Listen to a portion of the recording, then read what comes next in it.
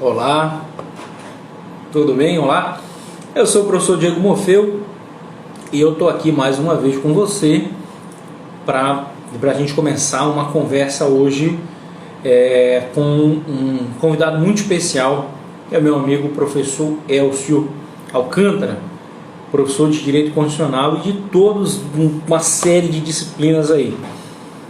Eu vou espera um pouquinho, que é o tempo que o Instagram vai notificando quem está online agora para participar. Você que quer ficar por dentro de conteúdo de qualidade, você quer conhecer um pouco mais sobre os seus direitos, me acompanhe nas minhas redes sociais.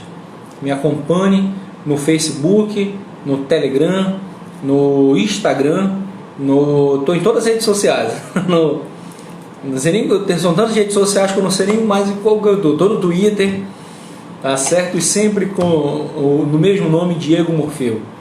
E sempre falando sobre informações importantes, conteúdo de qualidade. Boa noite quem está entrando, Lene, a Aline, a Gláucia, o Adriano Chagas, né, o Good Vibes aí entrou também. Eu quero que vocês participem comigo aí, o Adriano Chagas, né, o professor Elcio entrou aí, beleza? Vou mandar o link aqui para ele. Ele já mandou aqui para mim, pronto. No teu bairro, você que tá nos assistindo aí, vai participando com a gente, vai falando do teu bairro, de onde é que você está falando? Todo mundo é de Macapá? Vai mandando aí para a gente. Boa noite. Fala, meu amigo. Antes de... Professor Elcio Alcântara. O áudio tá legal aí, professor? Tá travado aqui. Deixa eu ver se eu consigo destravar. É o tempo que o Instagram vai notificando quem está online nesse momento. Eu quero que você vá participando comigo, vai falando do seu bairro, vai falando da tua cidade, quem não for daqui de Macapá, né? Alguns que estão nos acompanhando aí não sabem. Você esteja, você vai receber nas próximas horas um conteúdo de muita qualidade. Fala, meu querido. Desculpa, agora que eu estou conseguindo te ouvir. Até então eu estava tendo probleminha de áudio aqui. Eu só estava te vendo, não estava te ouvindo. Beleza. Eu já estava anunciando aqui. Esse é o nosso espaço para a gente sempre conversar coisas produtivas, inclusive fazendo um contraponto com tudo que é de negativo, que a gente acaba sendo bombardeado, né, durante o dia com tantas notícias ruins, muitas notícias, além de verdadeiras e ruins, ainda tem aquelas notícias falsas e ruins.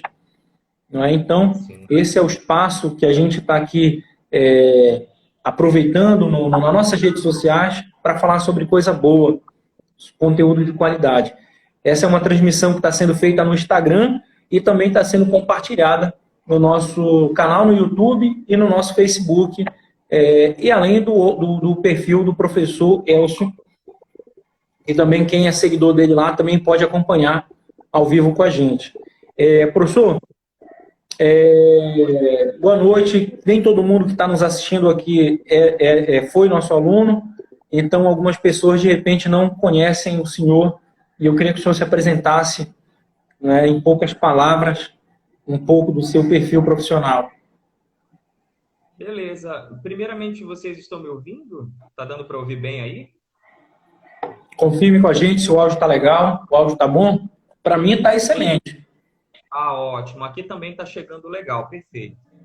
Ok, meu amigo, primeiro me apresentando, eu me chamo Elcio Cardoso, já estou na estrada dos concursos públicos, principalmente já fazem alguns anos. Eu tenho aí algumas aprovações, graças a Deus, no currículo. Atualmente, eu ministro disciplinas em cursos preparatórios para concurso público. Eu ministro Direito Constitucional, Direito Administrativo, e atualmente eu tenho investido na parte educacional, porque eu tenho uma formação em pedagogia.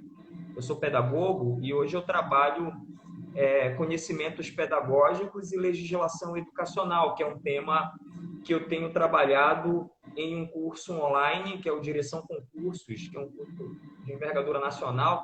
Eu tive o privilégio de, por intermédio de alguns contatos, por obra do acaso, me pediram material e acabei submetendo. No final das contas deu certo e hoje eu estou atendendo essa demanda online também. E, além de me apresentar, eu quero manifestar a minha satisfação em poder participar desse momento com você, meu caro amigo, porque eu fui seu aluno, né? Você sabe muito bem, anos atrás, aproximadamente lá pela década de 70, né? Eu fui seu aluno. Brincadeira, brincadeira. Nós não somos tão velhos assim. Nós temos essa relação professor-aluno. O professor Morfeu foi meu professor de língua portuguesa. Inclusive, foi uma das pessoas que contribuiu, quando eu passei em primeiro lugar, para o cargo de nível superior em técnicos em assuntos educacionais da Universidade Federal. Então, meu amigo, é um privilégio poder estar compartilhando desse momento aqui com você. Então, vamos aqui tecer algumas considerações sobre aspectos constitucionais relacionados a esse panorama de pandemia do Covid-19, sobretudo no que diz respeito à mitigação dos direitos individuais em tempos de pandemia.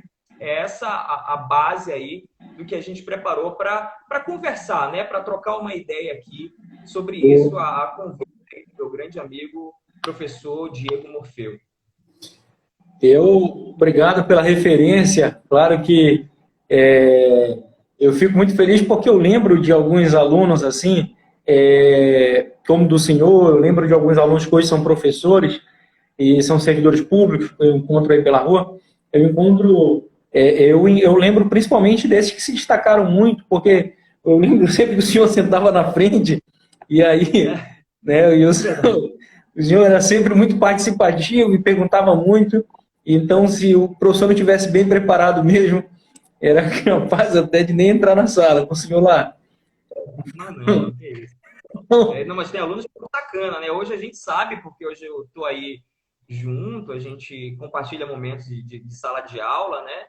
E há alunos e alunos, né?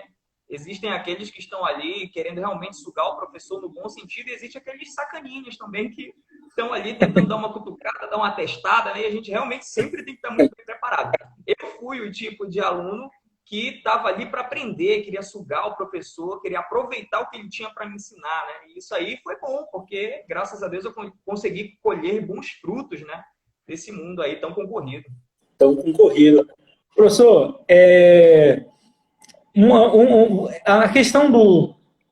Nós temos uma enxurrada de normas, nós temos uma Constituição, nós temos uma série de outras normas, leis infraconstitucionais, e assim, no normal, já para quem não é um estudante da área, já é relativamente difícil entender tudo isso. Nesse momento de pandemia, parece que ficou mais difícil ainda. Nós tivemos ali o papel do presidente da República, né, em um determinado posicionamento jurídico, os estados com outra norma, e o STF teve que se posicionar para dizer quem deveria, né, ser seguido. E esse ponto causou muita divergência. O senhor tem acompanhado isso, né, como o senhor é da área, e o senhor poderia primeiramente explicar o que ficou definido ali? O Estado, então, ele tem a competência para legislar sobre isso? Sim, na verdade eu gostaria de primeiramente fazer uma contextualização geral para a gente poder ir caminhando em direção a falar dos direitos individuais nesse contexto, qual o papel dos estados hoje, o que é possível para eles, considerando a interpretação do STF, que foi uma interpretação da Constituição de determinados dispositivos, né? Então, assim, como o professor Morfeu muito bem já citou, são atualmente por volta de 300 atos normativos que foram praticados durante esse período de pandemia. A maioria desses atos normativos são portarias. Mas, além das portarias, há decretos, temos a lei, que eu vou citar já já para vocês, temos uma emenda constitucional que está vigorando exclusivamente para esse momento de pandemia, né? Então, pasmem, né? Por volta de 300 atos normativos foram editados. Uma situação que não precisa você ser especialista, não precisa você ser da área do direito, já é surpreendente, né? Esse quantitativo aí de instrumentos normativos produzidos durante esse período. Eu posso citar aqui, dentre os principais, a emenda constitucional número 106, que tratou do regime extraordinário fiscal, financeiro e de contratações durante esse período agora de pandemia, né? O período de crise. Vou falar um pouquinho mais à frente também, mais pontualmente.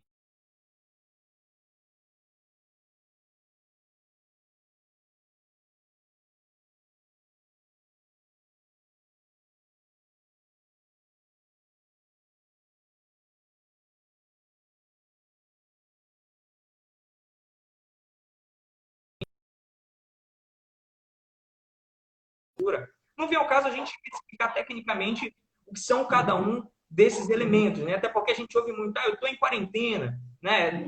Há uma diferença técnica, tá? Eu vou acabar falando aqui. Isolamento social é o fato de você estar ali privado do convívio social de outras pessoas em virtude aí da possibilidade de contaminação. Quarentena é quando você tem suspeita de contaminação e você fica ali isolado por força dessa suspeita, né? E esses elementos aí estão trazidos na Lei 13.979. Também temos o decreto 10.282, que ele estabelece serviços públicos e atividades essenciais durante esse período, porque há uma privação de determinadas atividades durante esse período de pandemia, porém, existem serviços essenciais, né? Serviços públicos e atividades essenciais. E isso foi trazido inicialmente pelo decreto 10.282. Mas, para além disso, é importante citar também que este decreto ele já foi várias vezes alterado. Decretos como 10.344 alterou, né? Este, inclusive, é um caso muito polêmico, eu diria, a respeito dessa alteração que foi feita, e eu vou citar um pouquinho a respeito disso aí, tá? Então, esse é o panorama geral. E adentrando nesses aspectos de forma mais específica, uma coisa até que eu postei recentemente agora no meu Instagram, foi o conceito de estado de defesa, estado de sítio e calamidade pública. São situações que geram uma certa confusão na cabeça das pessoas, né? Será que a calamidade pública é o estado de defesa? Será que a calamidade pública é o estado de sítio? Ou não? Não tem nada a ver. Então, eu preciso esclarecer para vocês aqui inicialmente, já que a gente está falando em sede de direito constitucional, que o estado de exceção é uma situação oposta ao estado democrático de direito. Tá? O nome, o próprio termo já está dizendo, né? Estado de exceção. A regra é que nós temos o estado democrático de direito e a exceção é o que nós vamos apresentar. São situações extraordinárias, a chamada legalidade extraordinária, em que são mitigados, inclusive, direitos individuais através de leis que não estão no encadeamento ordinário dentro do ordenamento jurídico, né? Então, o estado de exceção ele é decretado pelas autoridades em situações de emergência, como, por exemplo, agressão armada estrangeira, grave ameaça à ordem constitucional democrática, ou mesmo em caso de calamidade pública. Aí entra a tal dúvida, né? Essa tal calamidade pública, o que é isso? Ela é um estado de exceção? Olha só, constitucionalmente, do ponto de vista formal, positivo, não está previsto como um estado de exceção específico, como um instituto. Tá? O estado de defesa e o estado de sítio, eles estão expressos na Constituição. Tá? Nós temos aí no estado de defesa e no estado de sítio a previsão constitucional, uma previsão formal. Entretanto, quando a gente fala lá do estado pública, não há essa referência. Deu uma chiada aqui. Tá normal. E, professor? Tá normal aqui. Ah, beleza. O senhor quis perguntar alguma coisa? Perdão, eu passei despercebido. Não, não. O senhor já tava entrando na discussão. Beleza, então eu vou dar continuidade aí. Ótimo. Quando a gente fala aí desses estados de exceção, nós temos como exemplos, que eu já comecei, né, a falar, o estado de defesa, o estado de sítio e a intervenção federal. A calamidade pública, ela é citada em determinados momentos dentro da Constituição, mas ela não se configura pelo texto constitucional, tá? Formalmente, constitucionalmente, ela não se configura como um instituto específico. Ela vai ter previsões na norma infraconstitucional, como, por exemplo, na Lei de Responsabilidade Fiscal, que eu também faço questão de citar algumas coisas a esse respeito. Então, assim, a gente vai ter 3 previsões de calamidade pública, desse termo calamidade pública na Constituição. Lá no artigo 136, o que fala de estado de defesa, lá no artigo 148, que trata dos empréstimos compulsórios, né, da instituição de empréstimos compulsórios, e no artigo 167, que trata de créditos extraordinários. Em todos esses casos que eu acabei de citar, são previsões sobre a tal calamidade pública. Então, são referências que não se configura constitucionalmente como um instituto, com regras próprias, que nem o estado de defesa e o estado de sítio, né? Então, aí a gente vai perceber. Qual é a conclusão disso tudo aí que eu acabei de falar? É que o estado de calamidade pública, ele não é um estado de exceção constitucional, previsto, eu quero dizer, positivado. Ué, mas por que ele não é? Porque o Constituinte originário não previu uma situação de calamidade pública em virtude de pandemia. Na verdade, ele nem poderia prever, né? Isso é uma situação impensável, que só hoje a gente sabe o quão esdrúxula ela nos parece, porque nós somos de uma geração, pelo menos eu sou, o professor Morfeu também de uma geração que não está acostumada com essas situações tão fortes, de restrição de direitos, né? A gente está mais habituado a manter a nossa liberdade, né? Então, gente, o que a gente pode concluir dessa situação do estado de calamidade pública é que não há uma previsão constitucional como instituto específico, mas existem previsões infraconstitucionais, ou seja, nas leis como na Lei de Responsabilidade Fiscal. Então, nós estamos vivendo hoje no nosso país, no nosso estado, nós não estamos vivendo um estado de defesa, não estamos vivendo um estado de sítio, não estamos vivendo intervenção federal. Estamos vivendo um estado de calamidade pública. É essa a conclusão. Exatamente. Além disso, é importante frisar, isso daí são aspectos já que a gente vai encontrar na doutrina. Embora não haja uma referência expressa ao estado de calamidade pública, é razoável que se considere o estado de calamidade pública como estado de exceção, porque o estado de exceção ele configura, na verdade, situações extraordinárias, atípicas, né, que aconteceria lá no estado de defesa e lá no estado de sítio. E não é diferente agora. Diga-se de passagem, é uma situação bastante contundente, né, em termos de direitos que nós temos a privação, né? Professor, então, esse momento jurídico que estamos passando é um momento que confronta, como o senhor falou, a ditadura militar ela acabou em 85. Né? A atual Constituição ela é de 88.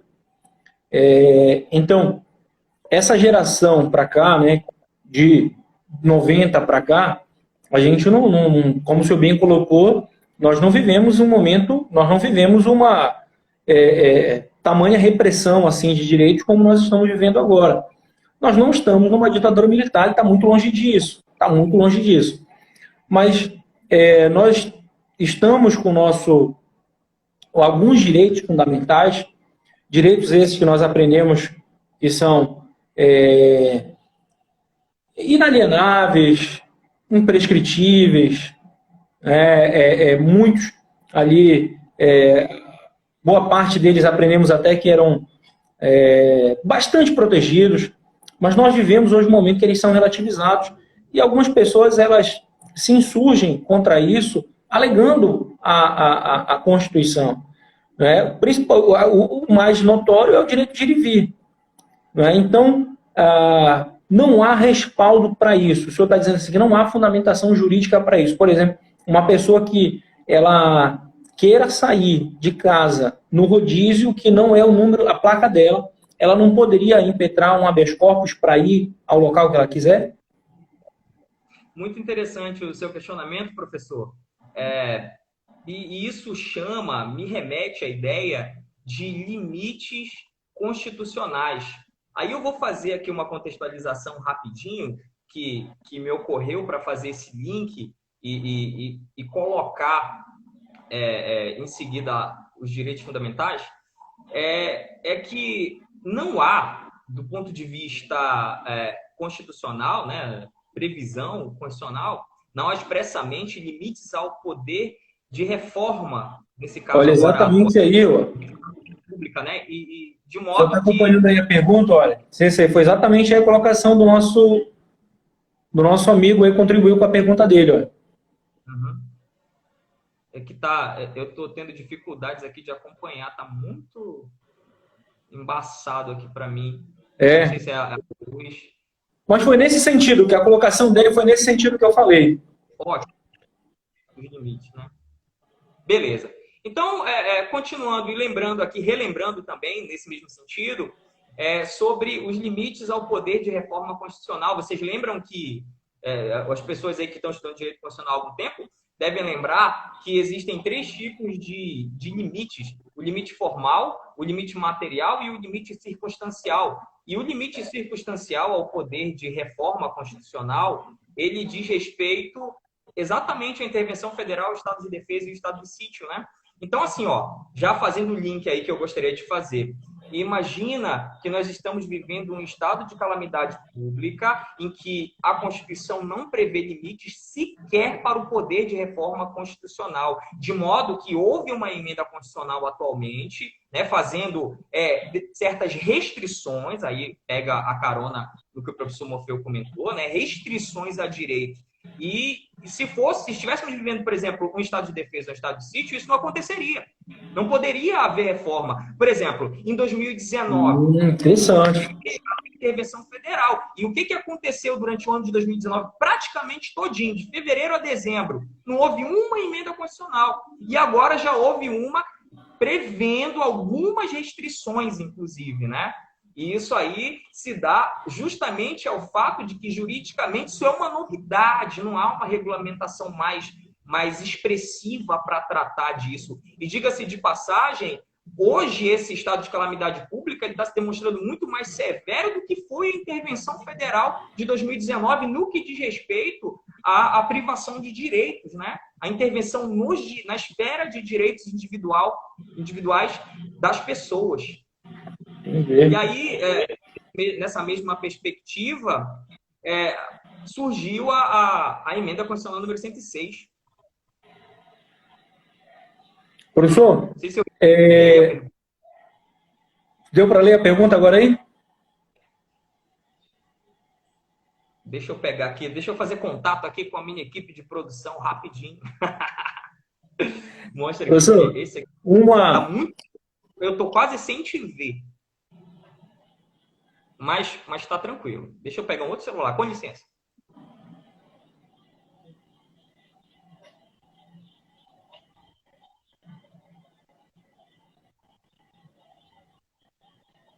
Ok, já entendi.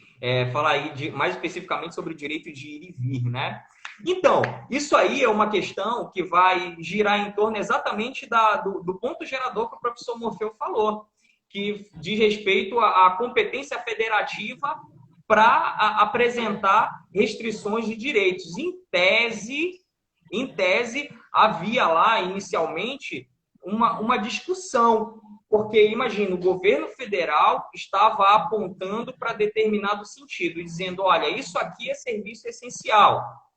E aí, nesse contexto, ele trazia lá uma lista de serviços essenciais e disse que esses aí deverão se manter, né? Continuar em funcionamento. Aí, os estados e os municípios, outros entes federativos, por sua vez dotados de autonomia, olhavam e se perguntavam, eu vou ser obrigado a seguir aí esse decreto? Afinal, trata-se de algo mais pontual, né, da esfera federal, um decreto do presidente da República, né? E aí veio o Supremo Tribunal Federal, através da ação direta de inconstitucionalidade, que o professor Morfeu fez referência no início, né, a 6341, salvo engano, que reconheceu a competência concorrente para tratar de atos normativos e governamentais justamente para esse enfrentamento da pandemia. A ADI, ela fala em competência concorrente. Aí você que está estudando para concurso de direito constitucional, você vai pensar, peraí. Nós temos competência privativa da União, que é uma competência legislativa. Nós temos competência exclusiva da União, que é competência material ou administrativa. Nós temos competência concorrente, lá nos termos do artigo 24, que é uma competência legislativa. E temos também o artigo 23, com competência comum. E aí, quando a gente tem essa ADI 6341, o STF ele se posicionou com o termo aí concorrente, no sentido de englobar tanto competências comuns relacionadas à saúde, quanto competência legislativa concorrente, né? Alguns autores vão falar que esse termo é impróprio, nós não deveríamos utilizar o termo concorrente para competências administrativas, né? Por conta da literalidade lá da Constituição e tal. Mas o fato é que o Supremo Tribunal Federal reconheceu a autonomia federativa. Ela reconheceu a autonomia federativa no sentido de que ele diz assim, olha, Estado, existem as regulamentações federais, que são normas gerais, mas vocês, com a sua autonomia federativa, poderão dispor conforme a sua realidade local, a sua realidade regional. Quer dizer, os atos normativos, os atos governamentais, eles podem, inclusive, ir de encontro a uma orientação feita lá pelo governo federal mediante decreto. Aí entra a ideia da liberdade, né, das privações de liberdade. E isso chama um princípio, né, isso aí já chama uma possibilidade de tratamento, de lidar com a situação de pandemia. E o que é que isso traz? Um juízo de ponderação. Traz um juízo de ponderação. E assim que os estados estão se comportando, e devem, na minha opinião, claro, se comportar. Será que é necessário a privação de liberdade no âmbito desse contexto? Aí a resposta, a meu ver, a resposta mais razoável, seria depende. Depende. Eu costumo brincar em sala de aula e dizer que essa é a melhor resposta no direito. Depende. Depende. A gente pode se abraçar a diversas correntes, né? Diversas linhas. Então, isso vai depender muito do cenário. Há municípios, por exemplo, Maringá, lá no Paraná. Esse município abriu muitas atividades que têm interações coletivas. Abriu, simplesmente abriu. É impensável. Hoje, a gente, na realidade do Amapá, de Macapá mais especificamente, imaginar aí uma situação dessa. Hoje, a gente está em situação de lockdown. Aí entra o que o colega perguntou, né, sobre a liberdade de locomoção.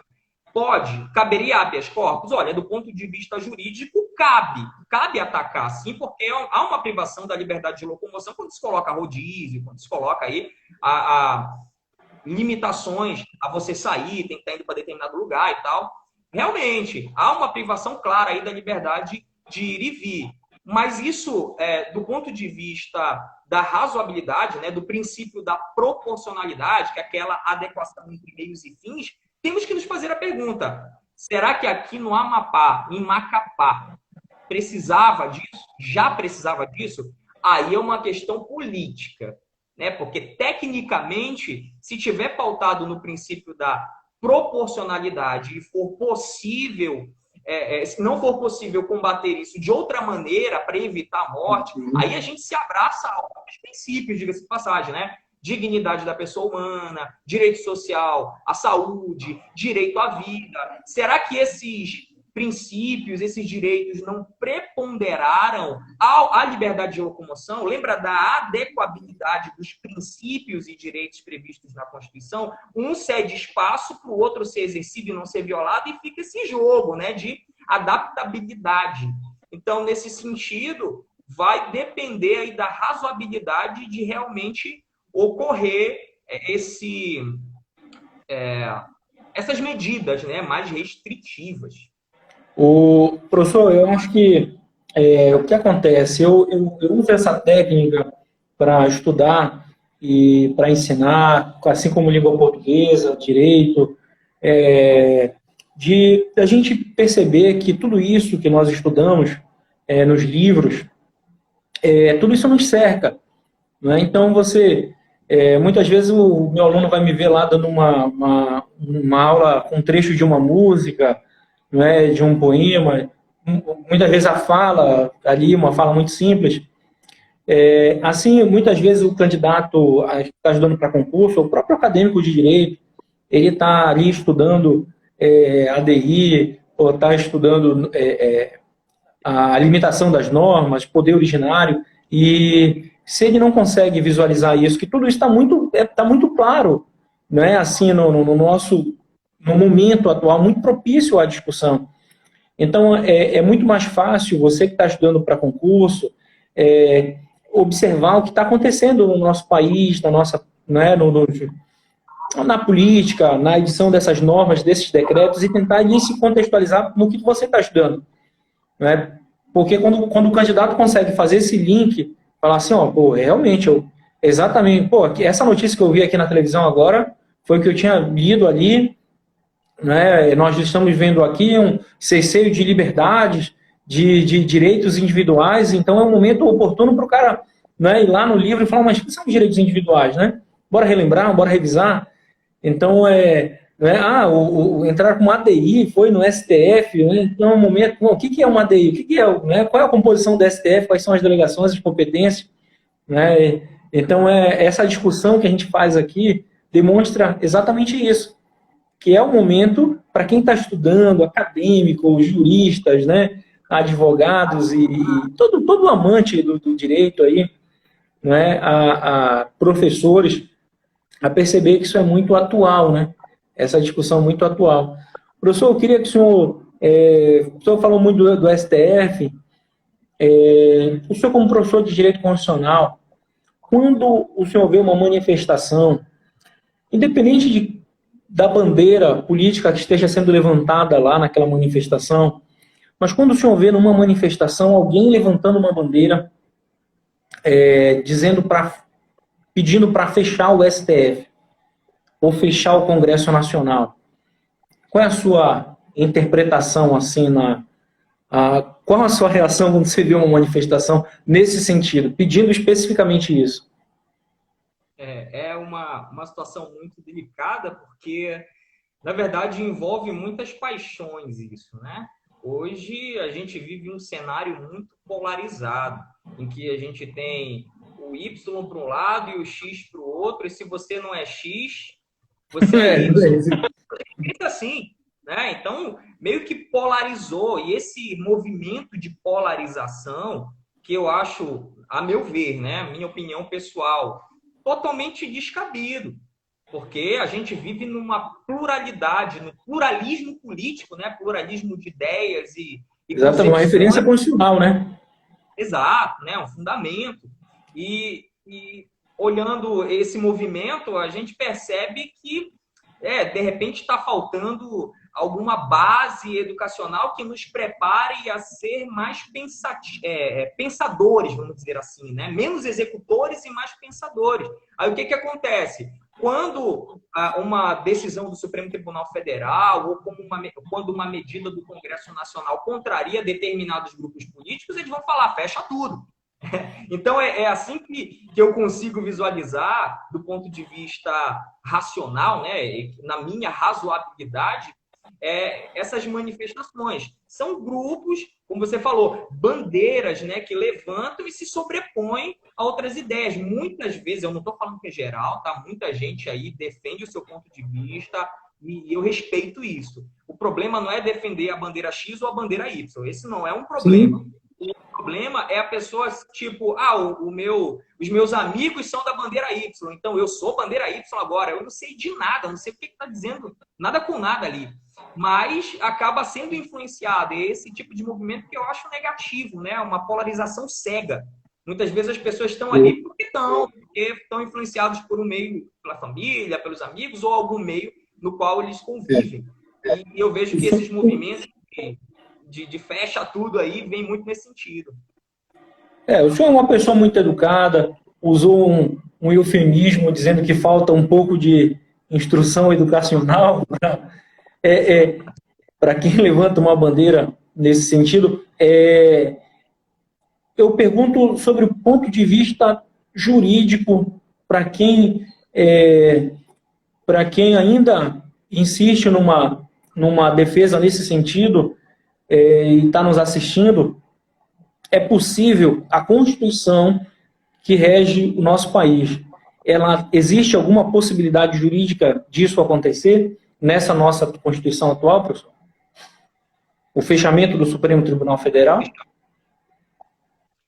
Fechar o Supremo? Não, aí isso feriria o princípio da separação dos poderes, né? Começaria logo que feriria um princípio basilar da democracia, né? Da Constituição, do Estado democrático de direito que possui os poderes constituídos.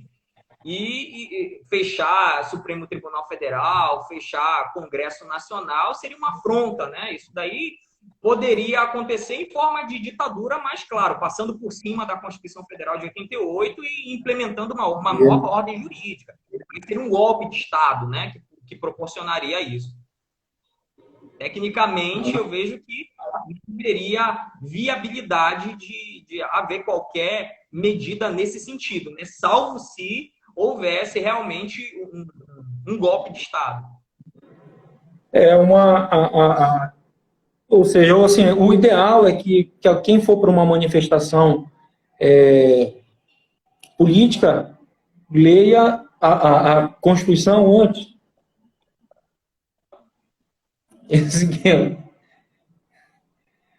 Está cortando, professor, desculpa. Entendeu o que eu estou falando assim? Então, o ideal seria quem for para uma manifestação política era ler a Constituição antes, né? Então...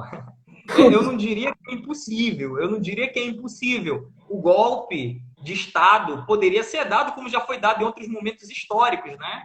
Eu não vou dizer que é impossível, mas do ponto de vista constitucional, não. Aí já é demais, né?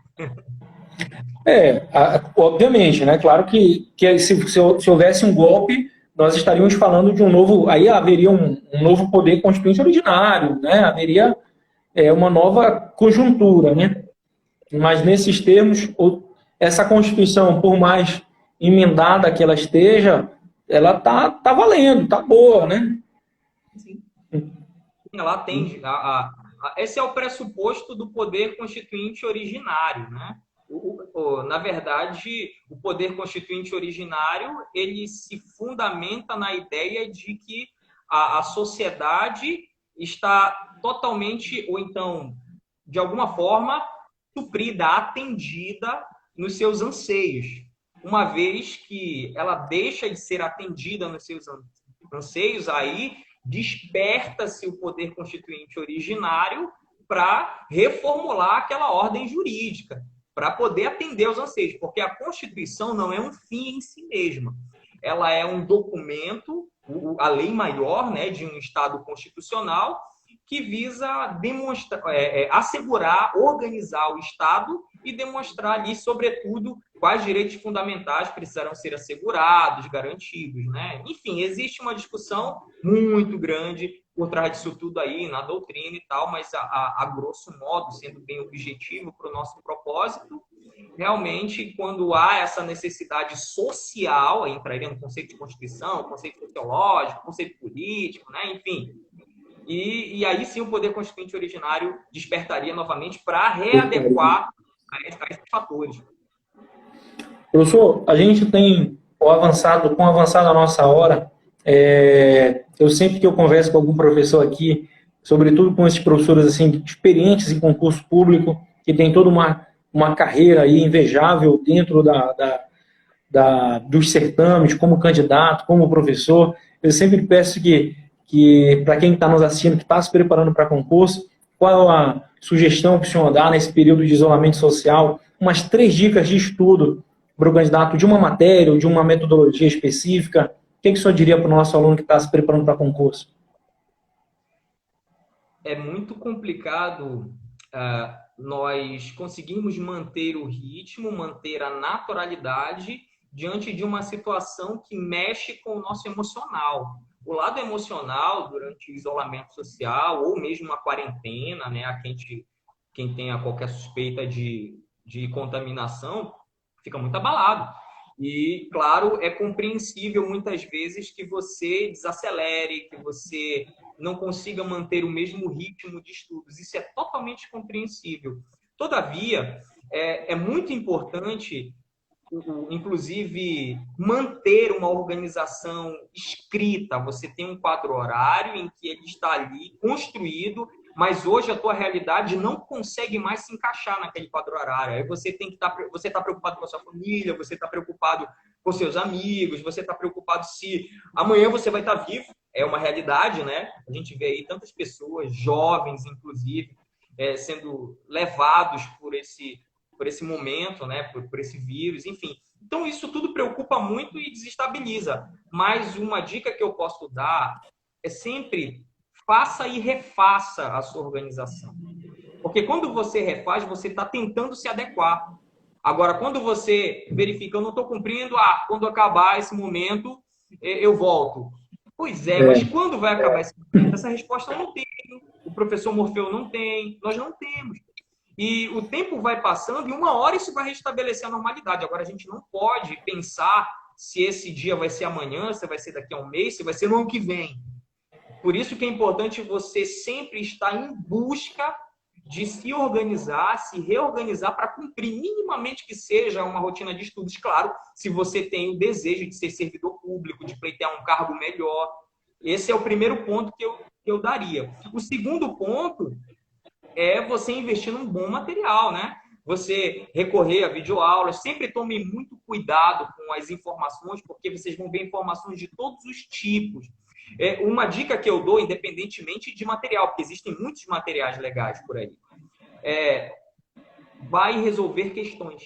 A questão, ela é o melhor termômetro para você saber se aquela aula que você assistiu ali é realmente o que está ali na iminência de ser cobrado, o que é mais provável de ser cobrado. Eu diria que é uma das principais ferramentas de estudo a resolução de questões, porque ali você vê quem é o autor que é cobrado, qual é a corrente doutrinária, qual é o julgado do Supremo Tribunal Federal, qual é a posição de determinado tribunal, o STJ, o próprio STF, que são os que aparecem, enfim, em concursos de modo geral. Então, são esses. Organização contínua, organização e reorganização para você conseguir praticar. Não adianta ficar, eu vou tentar, faz 2 meses que eu estou tentando e não consegui nem um dia. Tem uma coisa errada. A outra coisa é um bom material com auxílio de questões. Se você conseguir juntar esses 2 elementos, você vai conseguir avançar e vai se sentir mais produtivo, vai conseguir perceber que alguma coisa está ficando. E tem essa sensibilidade. A terceira dica que eu posso passar para você: perceba-se. Autoconsciência, autoobservação é muito importante nesse momento, porque às vezes a gente fica... eu fico me enganando. Não, eu estou legal, mas na verdade eu não fiz uma análise real. Eu estou iludido aqui por alguma coisa. Eu não estou sentando e analisando a minha situação, o meu comportamento, o meu desempenho. Então, esses 3 elementos são elementos cruciais para você conseguir manter a estabilidade emocional, a estabilidade psicológica, aqui alinhada e sempre tentando conciliar com seus estudos. E quem está nos assistindo e gosta de boas informações, gosta de conteúdo de qualidade, a gente sempre tem que estar próximo, eu sempre digo isso, que a gente tem que estar próximo, né, de pessoas que vão, obviamente, nos enriquecer intelectualmente. Né? E quem segue o senhor nas suas redes sociais, né, tem esse conteúdo de qualidade, o senhor sempre fica lá postando, confiável, porque o senhor tem experiência para isso, tem know-how para isso, e eu também sempre tenho atualizado nas minhas redes sociais o material que os candidatos podem ali pegar como referência. Professor, foi muito legal conversar com o senhor, daqui a pouco a gente está encerrando, eu queria já convidá-lo porque tem um tema que muita gente pediu para eu falar, e eu queria um professor de Direito Constitucional para falar junto comigo, que é sobre o pedido de impeachment que foi protocolado na semana passada. E, por coincidência, parece-me que foi na semana passada que foi protocolado contra o presidente da República e contra o governador do Amapá. Parece-me que foi na semana passada que protocolaram os dois. Sobre o ponto de vista jurídico, como acontece um processo de impeachment, isso pode ser uma matéria de uma próxima conversa nossa, né? Independente, porque o processo de impeachment, para adiantar, ele é o mesmo, independente de quem seja o impeachmentado. Então, a gente não está aqui levantando bandeira contra ninguém, não é esse nosso objetivo. Eu estou fazendo as lives aqui nas terças e nas quintas. Na quinta-feira que vem, quem está nos acompanhando, eu vou conversar com a vereadora Patriciana Guimarães, que também foi minha aluna no cursinho, e hoje é vereadora de Macapá, e eu vou trocar uma ideia com ela aqui também sobre esse período de pandemia. A gente está encerrando, eu queria que o senhor fizesse suas considerações finais para a gente concluir a nossa transmissão. Sim, professor. Olha, primeiramente, sobre a possibilidade de fazer uma live sobre esse tema, impeachment, fique muito à vontade para lançar o convite, ou enfim, convidar outro professor sem problema nenhum. Mas, de qualquer maneira, eu me coloco à disposição no momento que o senhor tiver a necessidade de discutir esse tema, por favor, só entrar em contato, que eu terei o maior prazer de conversar sobre isso também. Tá? Quero lhe dizer que eu tenho uma admiração e um sentimento de amizade muito grande que me liga ao senhor, né? E isso, para mim, acaba sendo um motivo de muito orgulho poder hoje ser convidado por alguém que foi meu professor, contribuiu com o meu sucesso, né? Vamos dizer assim, porque hoje, graças a Deus, eu me considero uma pessoa bem-sucedida, embora, claro, sempre a gente esteja aí tentando superar limites, né? Sempre se melhorar. Eu entendo que o ser humano precisa disso, ele precisa estar traçando objetivos e metas o tempo todo para tentar se superar, porque se não for assim, como que a gente vai encontrar sentido na vida, né? Eu cheguei a determinado ponto e daqui eu não tenho mais para onde ir, olho para um lado é parede, olho para o outro é parede, acabou aqui. Não, então a gente sempre tem que estar estabelecendo novas metas, novos desafios, o ser humano é movido a desafios, isso é muito importante.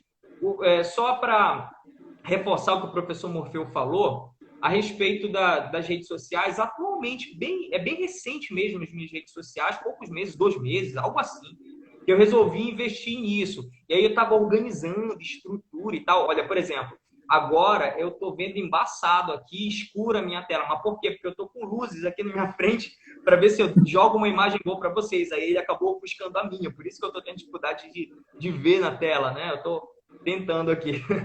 Enfim, aí esse trabalho que eu estou começando nas redes sociais, eu tenho feito aí postagem de diversos conteúdos, direito constitucional, direito administrativo, e vou começar também de conhecimentos pedagógicos. Enfim, quem tiver interesse, é só acompanhar, é prof.elcio Cardoso, o meu Instagram, e lá no Instagram eu vou colocar na bio os links para o YouTube e para o Facebook também. Então, professor Morfeu, muito obrigado pela oportunidade de nós estarmos conversando aqui. É a primeira vez que eu faço live no Instagram. Eu já havia feito pelo Direção no YouTube, mas no Instagram é a primeira vez. Então eu estava meio amarrado no início aqui, então eu não estava. Mas agora eu estou entrando no eixo aí da próxima vez e não vai ter esses problemas técnicos. Tá? Então, muito obrigado, meu amigo. Obrigado. Obrigado a você que esteve com a gente aí até agora. Você que eu tenho certeza que gostou desse papo, porque foi um papo muito enriquecedor, como sempre é, um conteúdo de qualidade, levando para você sempre boas informações, para que você possa estar, nesse período de isolamento social, sendo bombardeado de notícias boas, notícias de conteúdo de qualidade. Então, muito obrigado pela presença de todo mundo aí que nos acompanhou e até a próxima.